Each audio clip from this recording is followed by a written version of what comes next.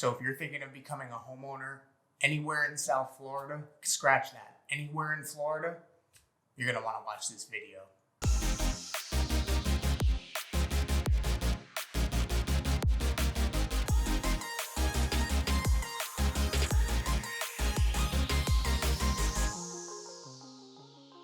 Welcome back to the channel where we make videos weekly about what it's like to move to or live in the Fort Lauderdale metro area and the South Florida region. So make sure to subscribe so you don't miss anything. And I am a licensed realtor here in Florida. So just as much as I love making these videos, I love even more to help you with your real estate needs. So my number and email are popping up right here. If you have any questions or you're planning a move down here, feel free to reach out at any time. I'd love to hear from you. But with that being said, let's get right into it. This is an informational one today. That's why I'm in an office. Today we're talking about crazy costs of being a homeowner in Florida. And I know I speak a lot on this channel about Fort Lauderdale. I mean, that is my main market. But this video is going to really apply to the entire state of Florida. Mainly, I'm speaking to those of you looking to move to South Florida. So getting right into it. Number one, let's talk about homeowners insurance. So unfortunately, I hate to admit it, but the truth is the truth. The insurance industry, specifically the homeowners insurance industry down here in Florida, is full of fraud. It's kind of corrupt. When I say fraud, I mean a lot of fraudulent claims being made. There's been a lot of changes to the laws and the rules in the last 6 months to a year, and it's something that's going to cost you. I mean, the average homeowner in the entire state of Florida is paying about $4,500 a year for homeowners insurance compared to about $1,500, which is the national average. And this has nothing to do with hurricanes. This has nothing to do with the fact that we get, storms and damage to the homes down here more frequently. This has everything to do with what I just mentioned, which is the amount of fraudulent claims made, especially on roofs, and lawsuits that, I mean, it's just causing a bunch of carriers to just leave the state in total. And the insurers that are remaining in Florida, I mean, they're dropping people left and right for, things like your roof. If your roof is over 15 years old, we'll talk about that in a minute. So a lot of the insurers that are left in the state, they're dropping a lot of people or won't insure new people. They're just making their requirements more strict and increasing premiums. But I did just mention the roof issue, and that's one of the bigger issues that I'm seeing a lot of people deal with right now is basically if your home's roof is over 15 years old, whether it's in great condition or not, a lot of these carriers, really pretty much all of them, will not insure you. So you could have a perfectly fine roof, 16 years old, and a majority of the carriers in Florida will not insure you, which means you're going to either have to replace your roof or go shop around for other insurance. This also becomes a problem if you're a homeowner looking to sell your home or a buyer looking to buy a home and the roof is over 15 years old and it's, in good condition, but you can't get insurance. So that law just went into effect.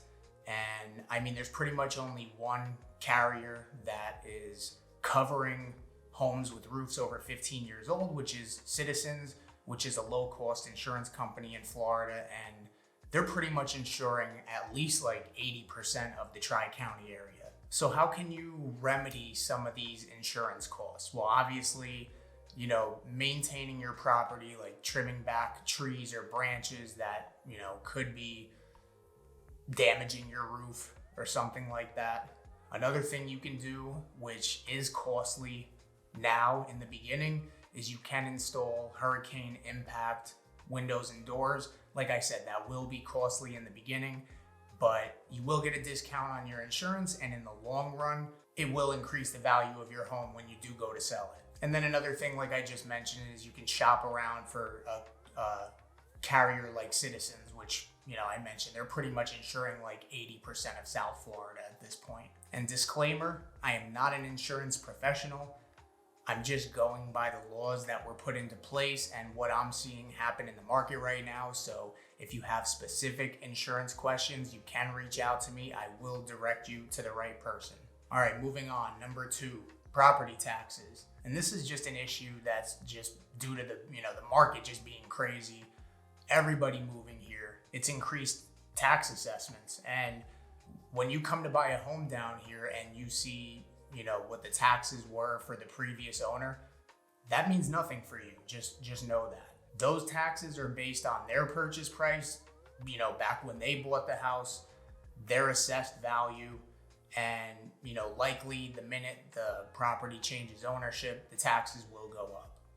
Not saying they're going to go up a lot, but they will go up. And just to give you an example, the property tax rate in the Tri-County area is about 1.1 to 2%.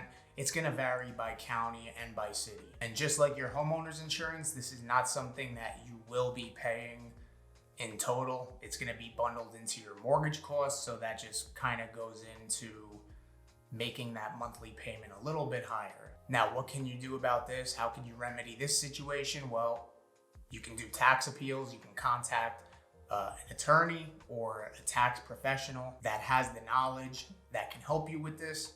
Not me, I'm just here delivering the information. You can also take advantage of exemptions like, the senior citizen exemption and the homestead exemption, which I've talked about in previous videos, and I'll leave the definition up on the screen of what the homestead exemption is. But basically, if you claim the property as your primary residence, you can receive an exemption of up to $50,000.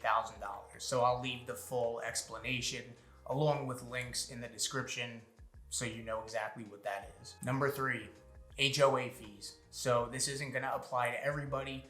Obviously, it's only going to apply to those of you that may, purchase in a condo or in an HOA community. Specifically, we're talking about condos, and the rise in HOA fees is, really due to the Surfside collapse, the building in Miami that collapsed actually just about 2 years ago. I think we just passed the 2-year anniversary. And back then, there were no laws in place that prevented something like that happening. That building had issues that was going to cost a lot of money to fix, and the board just kept putting it off. And so ever since that happened, obviously new laws are going into place, like buildings that are three stories or taller are now required to have inspections every 10 years. And now condos are going to have to start keeping enough money in the reserves for future maintenance to prevent things like this happening. And where are they going to get that money from? Rising HOA costs. And in addition to that, those buildings that have been putting off this maintenance that they've needed and keeping their HOA fees low, well, now they're going to likely need to issue special assessments that could be $30,000, $40,000, $50,000 per condo unit owner, not for the whole building, per owner. So what can you do about this? First of all, get familiar with the condo deferred maintenance program that's going into effect by 2025. And this is just what I was telling you before about condos having to keep enough money in the reserves for future maintenance and repairs, which is likely going to come from higher HOA fees. And if you do plan on buying an older condo building, you can ask the seller or the seller's agent for the reserves, all that information. You can also go to the board directly and find out if there are any special assessments or any assessments planned for the future. Now, I'm gonna do my best to leave as many links in the description as possible, but if you have any more questions about any of this, my number and email are here again. I'd love to hear from you. I'd love to help you in any way that I can. As always, thank you for watching, and we'll catch you on the next one.